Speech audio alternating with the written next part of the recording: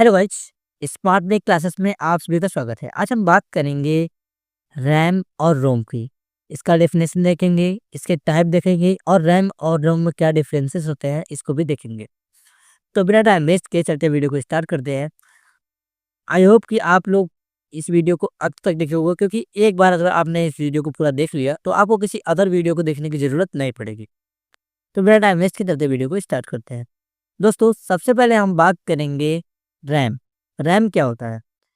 RAM का पूरा नाम होता है random access memory. Is the temporary memory of computer. जो रैम होता है इसका पूरा नाम होता है रैंडम एक्सेस मेमोरी। यह कंप्यूटर का एक टेम्पररी मेमोरी होता है।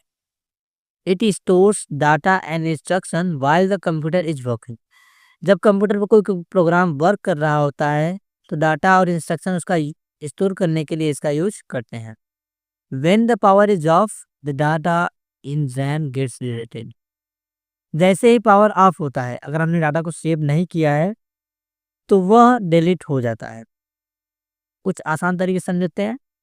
Use for running apps and program. इसका जो यूज होता है वह रनिंग एप्स या फिर जो रनिंग प्रोग्राम होता है उसमें होता है। यह बहुत तेज होता है और यह वोलाइट होता है। Data is lost after shutdown. जैसे हम किसी भी लैपटॉप या फिर डेस्कटॉप को शट डाउन करते हैं या फिर पावर ऑफ होता है तो इसमें जो डाटा होगा वह लॉस हो जाएगा। Helps CPU to work faster. यह जो होता है यह सीपीयू को तेजी से काम करने में और स्मूथली काम करने में मदद करता है। मोर रैम बेटर परफॉर्मेंस। जितना अधिक आपका रैम होगा उतना अधिक आपका परफॉर्मेंस बेटर होगा। तो ये था हमारा रैम। अब देखते हैं रैम के प्रकार की, ये कौन कौन से रैम के प्रकार होते हैं। देखो, रैम को मुख्यतः दो भागों में बांटा गया है। एक होता है एस रैम और दूसरा होता है डी रैम। तो पहले हम बात करते हैं एस रैम की। एस रैम का पूरा नाम होता है स्टैटिक रैंडम एक्सेस मेमोरी। यह काफ़ी तेज होता है और काफ़ी एक्सपेंसिव भी होता है। इसको हम कैश मेमोरी के लिए यूज़ करते हैं।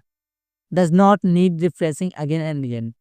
इसके द्वारा हमको बार बार रिफ्रेश करने की ज़रूरत नहीं पड़ती है। Store data using flip flop.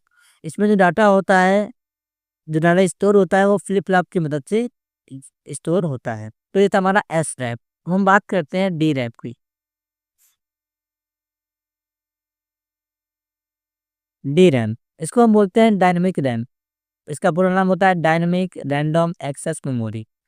यह एस रैम से थोड़ा स्लो होता है और सस्ता भी होता है। इसका जो यूज होता है मेन मेमोरी में कंप्यूटर में होता है। इसके लिए हमें बार बार रिफ्रेश करने की ज़रूरत पड़ती है। अक्सर हम रिफ्रेश करते हैं तो यह डी रैम के कारण ऐसा होता है। Store data using capacitor. इसमें जो डाटा स्टोर करते हैं वो कैपेसिटर की मदद से स्टोर करते हैं। ये था हमारा डी रैम। अब हम बात करते हैं कि हमारा रैम क्या होता है। रैम रैम का पूरा नाम होता है RAM read only memory. Sorry, हम बात कर रहे हैं रोम की। रोम का पूरा नाम होता है read only memory. Is the permanent memory of a computer. जो रोम होता है यह कंप्यूटर का एक परमानेंट मेमोरी होता है। It stores important instruction that do not change. इसमें जो डाटा होता है वो स्टोर होता है और वह चेंज नहीं हो सकता, चाहे लैपटॉप बूट करे या फिर कुछ भी करे। इसमें जो डाटा होता है वह पावर ऑफ होने के बावजूद भी सेफ रहता है। अगर हम आसान तरीके से कुछ इजी पॉइंट्स इसके देखें तो स्टोर परमानेंट इंस्ट्रक्शन। यह जो होता है यह परमानेंट इंस्ट्रक्शन को स्टोर करता है ताकि हम फ्यूचर में इसको जब भी यूज पड़े हम इसको वापस ले सकें। Use during startup booting.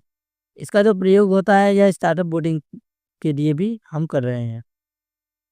Non wallet होता है। इसमें जब भी चाहे हमारा पावर ऑफ हो या लैपटॉप या डेस्कटॉप का शट डाउन हो, इसमें डाटा सेफ रहता है, डिलीट नहीं होता है, इसलिए नॉन वॉलेट होता है। Can not be change easily. यह जो होता है यह आसान तरीके से चेंज नहीं हो सकता है, क्योंकि यह जो होता है यह can not be change easily. इसको हम आसान तरीके से चेंज नहीं कर सकते हैं। Very important for system functional. यह सिस्टम फंक्शन के लिए काफ़ी ही महत्वपूर्ण होता है। अब हम बात करते हैं रैम और रोम की प्रकार की। रोम रोम को मुख्यतः चार भागों में बांटा गया है। पहला हमारा जो है वो पी रोम। प्रोग्रामेबल रोम, इसका पूरा नाम जो होता है programmable read only memory. It is empty when made in the factory, ये जब फैक्ट्री में बनता है तो ये खाली होता है। User can write data only once, इसमें जो डाटा हम लिखते हैं वो हम सिर्फ एक बार लिख सकते हैं। After writing data can not be change, या एक बार अगर इसमें हमने डाटा को लिख लिया तो यह चेंज नहीं हो सकता है। Used in small device and simple programs, इसका जो प्रयोग होता है वो स्मॉल डिवाइस में होता है और सिंपल प्रोग्राम में होता है। पीरोम का सिंपल सा मतलब है कि इसको हम एक बार लिख सकते हैं, फिर इसको हम चेंज नहीं कर सकते हैं। जब यह बनता है तो यह खाली होता है। अब हम बात करते हैं अपने दूसरे रोम की, तो हमारा है ईपी रोम। ईपी रोम का पूरा नाम होता है इरेजेबल प्रोग्रामेबल रोम। इसका पूरा नाम क्या बोल सकते हैं? Erasable programmable read only memory. Data can be change, that data can be erase using UV light, इसका जो डाटा है वो हम चेंज कर सकते हैं अल्ट्रावायलेट लाइट के कारण। अल्ट्रावायलेट लाइट से हम इसका डाटा जो है वो चेंज कर सकते हैं। After erasing it can be written again, इसको हम इरेज करने के बाद फिर इसमें दोबारा डाटा को लिख सकते हैं। Has a small glass window on the chip, इसके पास एक स्मॉल ग्लास होता है और एक चिप भी होता है।